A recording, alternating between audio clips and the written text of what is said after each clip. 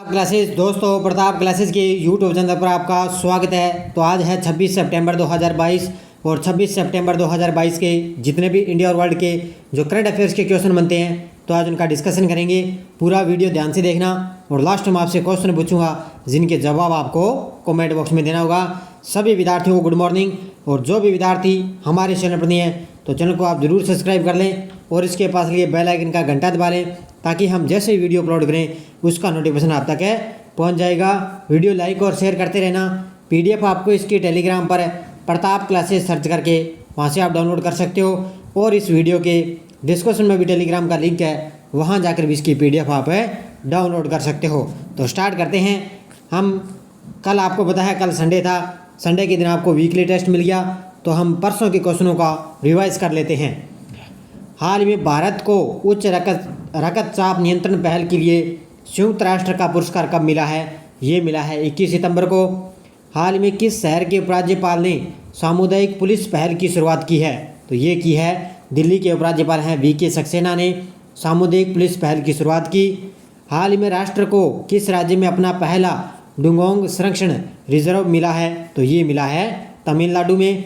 हाल ही में max life insurance company limited ने किन दो व्यक्तियों को अपना ब्रांड एम्बेसडर बनाया है? तो रोहित शर्मा और उनकी पत्नी हैं रितिका सहजदेव, इन दोनों को ब्रांड एम्बेसडर बनाया है।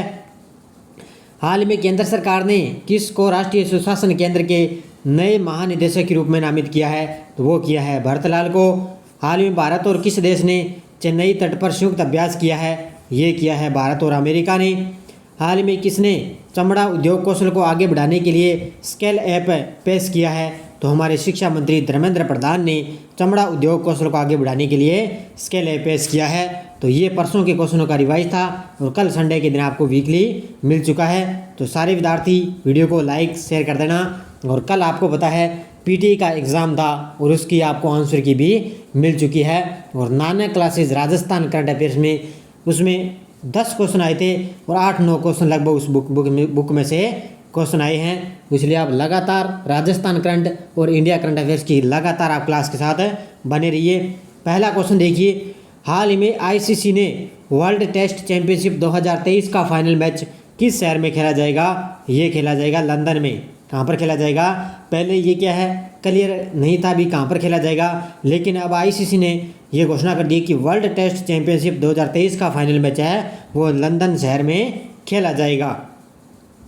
आईसीसी ने जानकारी देते हुए बताया कि विश्व टेस्ट चैंपियनशिप 2023 का फाइनल लंदन के ओवल में खेला जाएगा। कहाँ पर है? लंदन के ओवल में खेला जाएगा। जबकि 2025 के संस्करण के फाइनल की मेजबानी लॉन्ड्रेस करेगा। कौन करेगा? 2023 का जो फाइनल मैच है वो लंदन के ओवल में खेला जाएगा और जबकि 2025 का जो फाइनल का जो मेजबानी है वो लॉन्ड्रेस करेगा। विश्व टेस्ट चैंपियनशिप का दूसरा चरण 4 अगस्त को शुरू हुआ और ये अगले साल 31 मार्च तक चलेगा। तो दूसरा चरण 4 अगस्त को शुरू हुआ और 31 मार्च तक चलेगा। नेक्स्ट क्वेश्चन देखो, हाल में भारत में 5 वर्ष तक के बच्चों की शिशु मृत्यु दर में कौन से 2 राज्यों में अधिक गिरावट दर्ज की गई है? तो वो हैं उत्तर प्रदेश और कर्नाटक। उपयुक्त दोनों इसका राइट आंसर है। ऐसे 2 राज्य हैं ये जिसमें पिछले 5 वर्षों के बच्चों की शिशु मृत्यु दर में 2 राज्यों में अधिक गिरावट दर्ज की गई है।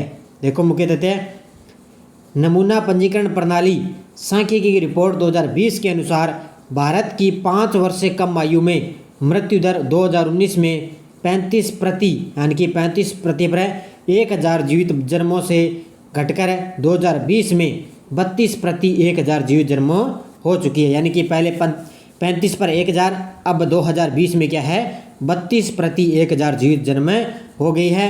और उसमें उत्तर प्रदेश और कर्नाटक में सबसे अधिक गिरावट दर्ज की गई। केंद्रीय स्वास्थ्य मंत्री मनसुख मंडाविया ने कहा कि एसआरएस यानी कि 2020 में 2014 से शिशु मृत्यु दर में लगातार गिरावट दिखाई दी है। तो 2020 यानी कि पिछले 5 वर्षों से शिशु मृत्यु दर में गिरावट दर्ज की गई है। हाल में किस भारतीय कार्यकर्ता को हरमन केस्टन पुरस्कार 2022 के प्राप्तकर्ता के रूप में घोषित किया गया है? किस भारतीय कार्यकर्ता को हरमन केस्टन पुरस्कार 2022 के प्राप्तकर्ता के रूप में घोषित किया है? वो किया है, ध्यान रखना, किसको? मीना कंदासामी को। ऑप्शन नंबर बी किसको? मीना कंदासामी को अभी क्या है हरमन केस्टन पुरस्कार 2022 के प्राप्तकर्ता के रूप में घोषित किया है। भारतीय कार्यकर्ता ये लेखक हैं, कवि हैं। मीना कंडासामी को हरमन केस्टन पुरस्कार 2022 के प्राप्तकर्ता के रूप में घोषित किया गया, जो जर्मनी के जर्मनी के डोर्मस्टैंड में पेन सेंटर द्वारा दिया जाता है। किसके द्वारा दिया जाता है? ये जर्मनी के डार्मस्टैंड में पेन सेंटर द्वारा दिया जाता है। और यह जातीय उत्पीड़न और लिंग के मुद्दों पर उनके कार्यों को भी पहचानता है। तो इसलिए वजह से इनको क्या है, ये पुरस्कार सम्मानित किया जाता है।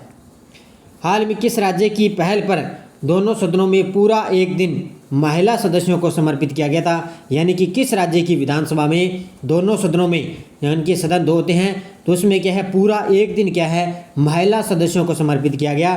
तो वो उत्तर प्रदेश की विधानसभा में, यहाँ पर है उत्तर प्रदेश की विधानसभा में। देखो, मुख्यमंत्री योगी आदित्यनाथ की पहल पर दोनों सदनों में पूरा एक दिन महिला सदस्यों को समर्पित किया गया, जहां सत्ता पक्ष और विपक्ष की महिलाओं सदस्यों ने भागीदारी की और महिला हितों पर गहन विचार हुआ था। यानी कि एक दिन दोनों महिला सदस्यों के बीच में क्या है, जो है विपक्ष चला था। देश की किसी विधानसभा में यह पहला मौका था जबकि महिला सदस्यों के लिए पूरा दिन समर्पित किया गया। यानी कि ऐसी पहली विधानसभा उत्तर प्रदेश में जिसमें एक दिन जो है महिला सदस्यों के लिए भी एक दिन पूरा दिन को समर्पित किया गया। हाल में महाराजा हरि सिंह की जयंती पर किस राज्य में वार्षिक अवकाश घोषित किया गया? ये किया गया है जम्मू कश्मीर में। और आपको पता है ये जम्मू कश्मीर के महाराजा थे हरि सिंह, और उनकी जयंती पर वार्षिक अवकाश घोषित किया गया है। महाराजा हरि सिंह की जयंती पर 23 सितंबर को जम्मू कश्मीर में सरकारी कार्यालयों और शिक्षण संस्थानों में अवकाश का आदेश जारी हो गया। उपराज्यपाल मनोज सिन्हा ने पिछले हफ्ते जम्मू कश्मीर के अंतिम डोगरा महाराजा हरि सिंह की जयंती को सार्वजनिक अवकाश के रूप में मनाने की निर्णय क्या है, जो घोषणा की थी। किसने? उपराज्यपाल मनोज सिन्हा ने। और 23 सितंबर 1923 को हरि सिंह जम्मू कश्मीर के नए महाराजा बने थे। ये भी आप ध्यान रखना, भी जो हरि सिंह है वो जम्मू कश्मीर के नए महाराजा बने थे 23 सितंबर 1923 को। और अभी क्या है कि 23 सितंबर को उनके सरकारी कार्यालयों और शिक्षण संस्थानों में अवकाश का आदेश जारी किया गया था। हाल में भारत का पहला सफल पूर्ण हाथ प्रत्यारोपण किस राज्य के अस्पताल में किया गया है? तो भारत का पहला सफल पूर्ण हाथ प्रत्यारोपण किस राज्य में किया गया है? ये किया गया है केरल के अस्पताल में। यहाँ पर है केरल के अस्पताल में। देखो, देश में पहली बार 2 मरीजों के पूरे हाथ यानी कि फुल आर्म का ट्रांसप्लांट हुआ है। यानी कि पूरे हाथ का ट्रांसप्लांट हुआ है। केरल के कोच्चि में अमृता हॉस्पिटल ने इतिहास रचा है। यानी कि केरल के कोच्चि में अमृता हॉस्पिटल में ये क्या है, 2 मरीजों का ट्रांसप्लांट हुआ है। जिन मरीजों में ट्रांसप्लांट किया गया उनमें से एक इराकी नागरिक यूसुफ हसन शहीद अल जुवैनी है और दूसरा कर्नाटक के अमरेश हैं। तो इन दोनों का क्या है, हाथों का ट्रांसप्लांट हुआ है। दुनिया में केवल 3 कंधे के स्तर के फुल आर्म ट्रांसप्लेशन हुए हैं, ये भारत में पहला है। तो ये ध्यान रखना। यानी कि इन 2 व्यक्तियों की क्या है, बिजली यानी कि संकट की वजह से दोनों ने हाथ गंवा दिए थे। उसी वजह से दोनों मरीजों के पूरे हाथ को क्या है, फुल आर्म का ट्रांसप्लांट हुआ है। और दुनिया में केवल 3 कंधे के स्तर के फुल आर्म ट्रांसप्लेशन हुए अभी, और ये भारत में पहला ऐसा इतिहास रचा गया है, इसमें ध्यान रखना। हाल ही में IIFL wealth Hurun India rich list 2022 में कौन पहले नंबर पर है? तो ये है गौतम अंडानी।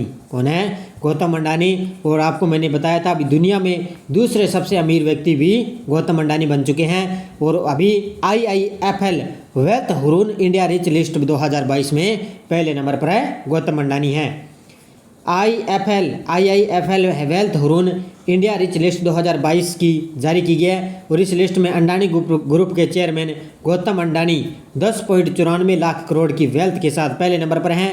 और दूसरे नंबर पर रिलायंस इंडस्ट्रीज के चेयरमैन मुकेश अंबानी हैं, उनकी वेल्थ है 7.94 लाख करोड़। और ये ध्यान रखना एक है भी, ये इस ग्रुप में तो वो पहले नंबर पर हैं, और वैसे अमीर आदमी में क्या है, दुनिया में दूसरे नंबर पर हैं। हाल में पीएम मोदी ने किस शहर में 5G सेवा लॉन्च करेंगे? बड़ा ही शानदार क्वेश्चन है। कई दिनों से आपको पता है, चल रहा है भी 5G, हमारे 4G तो चल रहा है और 5G अब लॉन्च होने वाला है। जो 1 अक्टूबर को हमारे देश के प्रधानमंत्री मोदी जी 5G सेवा को लॉन्च करेंगे, और वो करेंगे नई दिल्ली से। कहाँ से करेंगे? नई दिल्ली से लॉन्च करेंगे। पीएम मोदी 1 अक्टूबर को 5G सेवा लॉन्च करेंगे। दिल्ली के प्रगति मैदान में होने वाली इंडिया मोबाइल कांग्रेस में पीएम इसकी शुरुआत करेंगे। नेशनल ब्रॉडबैंड मिशन ने बताया कि एशिया के सबसे बड़े टेक्नोलॉजी शो में प्रधानमंत्री इसकी लॉन्चिंग करेंगे। तो ये ध्यान रखना। और 5G आपको पता है, बहुत से आपको इंतजार था कि 5G कब आने वाला है, तो 1 अक्टूबर से मोदी जी इसकी शुरुआत करेंगे। हाल में एम वेंकैया नायडू ने, ये हमारे पूर्व उपराष्ट्रपति थे वेंकैया नायडू, ने पीएम मोदी के चुनिंदा भाषणों पर किस शहर में किताब का विमोचन किया है? तो ध्यान रखना, ये किया है नई दिल्ली में। यहाँ पर किया है नई दिल्ली में। वेंकैया नायडू ने पीएम मोदी के चुनिंदा भाषणों पर एक नई पुस्तक का विमोचन किया है।